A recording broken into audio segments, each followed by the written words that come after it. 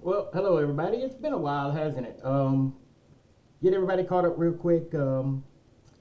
I've been in school. I made a B on final class. Still working.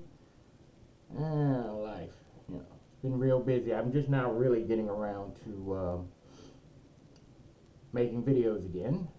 This might be a little bit long because I'm going to describe Medicaid, Medicare, and the current big beautiful bill and their Medicaid, Medicare provisions. So I'm explaining what Medicaid and Medicare is. Hopefully I'll have this up soon enough so that Hard Bastard can look over it and everything else. This will be downloaded onto YouTube and onto Rumble. And maybe my BitChute account. Either way, you'll see it. You'll see it all. Okay. First of all, I will explain what Medicaid and Medicare is. Okay. Medicare was meant to basically give free health care to the elderly, senior citizens, and the born disabled. So if you were born blind or in a wheelchair, something that would keep you from working normally, then yeah, you be on Medicare. Okay. Now, Medicare also provides some supplementary health care insurance to those on Medicaid, especially those who are disabled. So that's where you get Medicare and Medicaid. People saying, well, I've got Medicaid and Medicare, because they often do. Okay, so now what is Medicaid? Medicaid is meant for, how's the best way to put this? Single mothers. Women with no career, no job, no way of taking care of themselves and taking care of a baby. So basically it's Medicare for the poor. Those who have recently become disabled and have had to go on disability, they also can get Medicaid. Generally, if you go on disability, you are immediately signed up for Medicaid. And Medicare also gives you some supplementary insurance, some help with things too. Now, Medicaid was meant originally for the poor, because medical aid. But they tacked on, hey, we're going to help people who are disabled. We're also going to help people who have been recently disabled. So in other words, if you were in a car accident and you were blinded or put in a wheelchair permanently, you would be getting Medicaid. That's what you would be getting.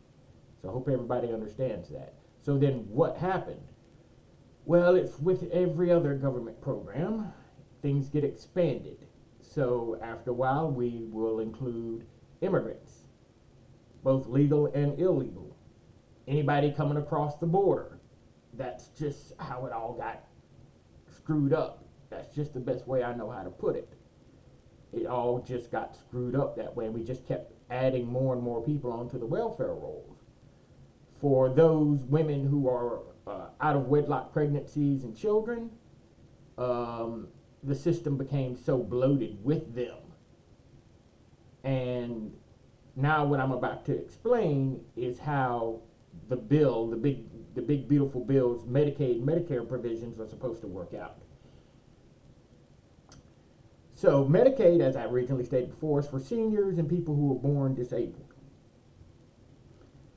What Medicare is supposed to do is basically just pay their medical bills. That's all it's really supposed to do. But what has happened over the years is you added more and more people who are disabled on there. The elderly who can still work or can't work anymore.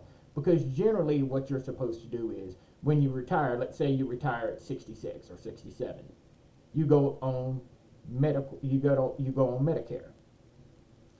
Well, the elderly who are getting sick and having problems before this, and they end up on disability, well, they're near the age of retirement. So what they're getting is Medicare too. But because they're also now disabled due to age or some other issue, they also get Medicaid. See how bloated and crazy this all gets? You keep adding on people over and over and over again, and it gets to be a problem. So now, what about Medicaid? Medicaid first started out, like I said, just for the elderly. Just for, the poor. The poor and their children. So what happened with that? Well, other than adding on legal and illegal immigrants, the other problem that it was is that it became a generational tool. Not political, but for people to use. So you can stay on Medicaid, as a single mother until your child reaches 18. Then they're supposed to get off of Medicare. The child is supposed to get off Medicaid. And you are as well. Well, what if you have another kid? Well, then you just have to stay on Medicaid. And the new kid stays on Medicaid. You see how this goes? So, all these kids are supposed to get off of Medicaid at 18. Well, they expanded it, or should I say extended that to 21, 22 years of age. They did that years ago. Why? Because if your kid decides to go to college, well, they're going to still need the medical support. They're still a part of your household. So, yeah, you're staying on Medicaid until you're 21. That's been quietly expanded to basically whenever Medicaid figures out that you shouldn't be on there. Yeah, when you have a big bloated bureaucracy that deals with healthcare issues, they're not keeping up with everything. Okay? They can't keep up with how many people have died, whether their conditions have gotten better or worse, and most of all, is everybody 21 now, so we need to boot you off the rolls? So you've got people 22, 23, 24, 25, 26 years old, they're still on Medicaid. And they don't even know it. They don't know they're on Medicaid, and you're like, well, how could they not know? Did your parents always tell you how they paid your hospital bills or medical bills? No, they don't. Parents don't generally tell their kids that. Kids don't need to know that. They don't need to worry about that. So you as a little kid, you didn't know you were on Medicaid or Medicare. You didn't know. You did not know. Nobody ever told you. You didn't need to know. You just need to know that if you got sick, mommy and or daddy or your guardian would just take you to the hospital or take you to the doctor and get you healed and everything would be fine. That's all you need to know. That's all you need to know. So you've got young people right now who are just coming into being 21 years old who don't know they're on Medicaid or Medicare. They don't know.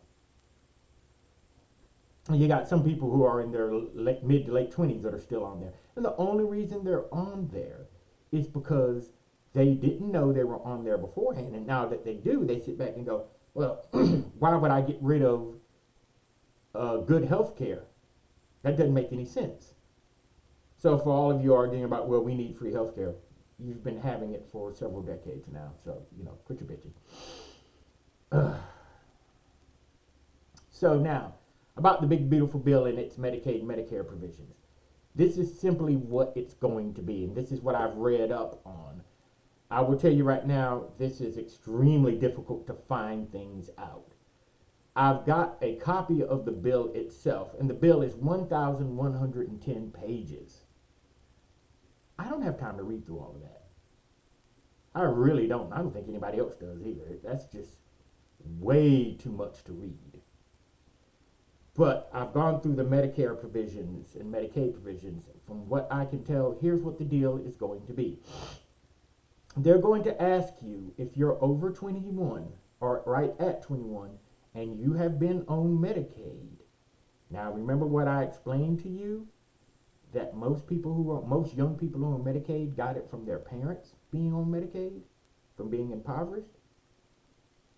And they're sitting up there, they don't know they're on Medicaid. Remember I told you that? Yeah. So what the government is going to have to do is try to figure out all of these young people on Medicaid, Medicare, send them letters and notes saying, hey, look, are you working at least 20 hours a week?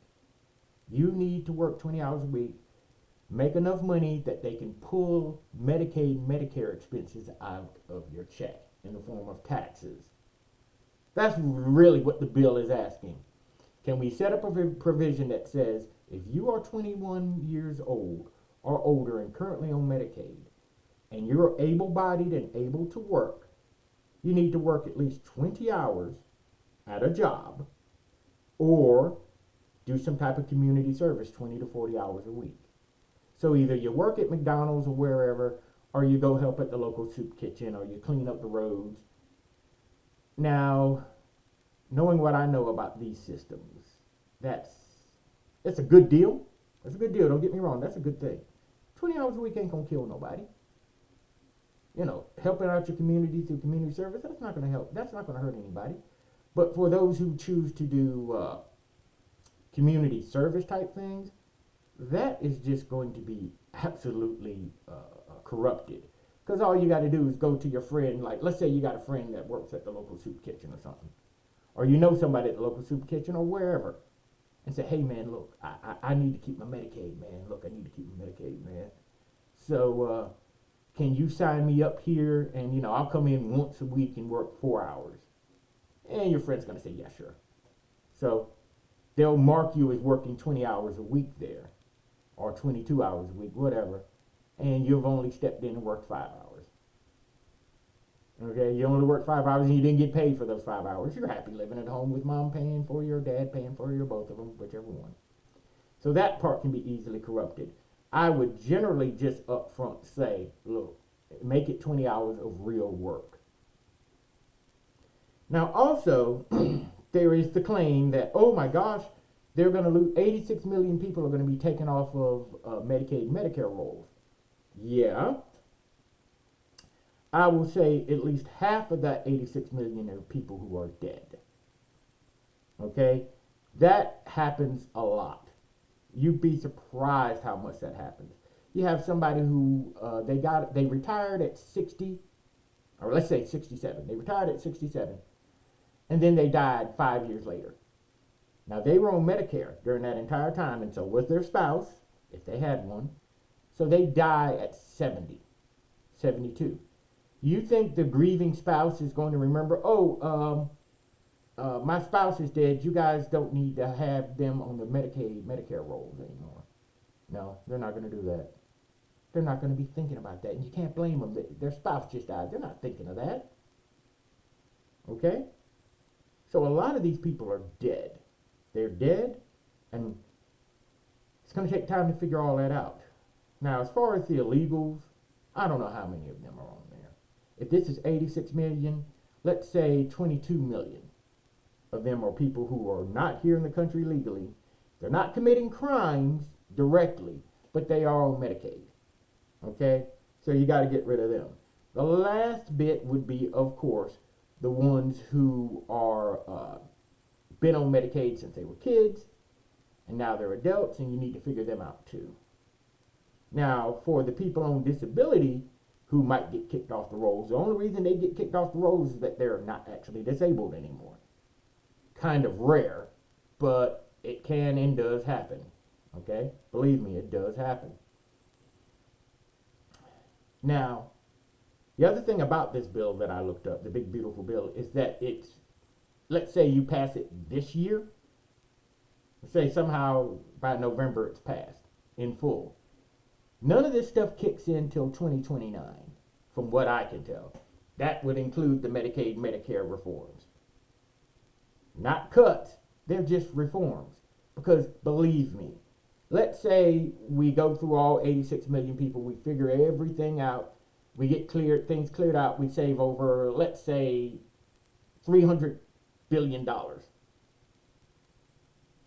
It's going to go into something else. That $300 billion, they're just going to shuffle it around and move it into something else. So it's not going to change anything. Now, the 2029 startup date, the way I'm looking at it is, one, if this passes, Trump wants to be far away when it activates. So J.D. Vance or whoever else will have to put up with it. The other reason why is so many of these provisions, from what I can see in the bill, will take time to implement. It's going to just take too much time. You're not going to be able to figure out how all of these supposed 86 million people who need to be kicked off of Medicaid and Medicare, you're not going to figure that out overnight. Even with Elon using all the supercomputers and doges on Earth, it's just not enough time. So that's why they're trying to push the bill to be passed now. Because what they want to do is they want to take the next 3 to 4 years trying to figure out everything for this. And to be quite brutally honest, even if this bill passes, by 2029, how many reiterations of Congress are we going to go through, and they're going to change their minds and redo the bill and whatever else? So we're looking at a scenario where this bill, the whole big beautiful bill thing, could pass, and then by the time Trump walks out the door in 2029 and is playing golf somewhere, they'll have totally canceled that bill, gotten rid of it. So I don't even want to say it's a boondoggle. It's more like a play on words. It's basically a trick, a bit of a con.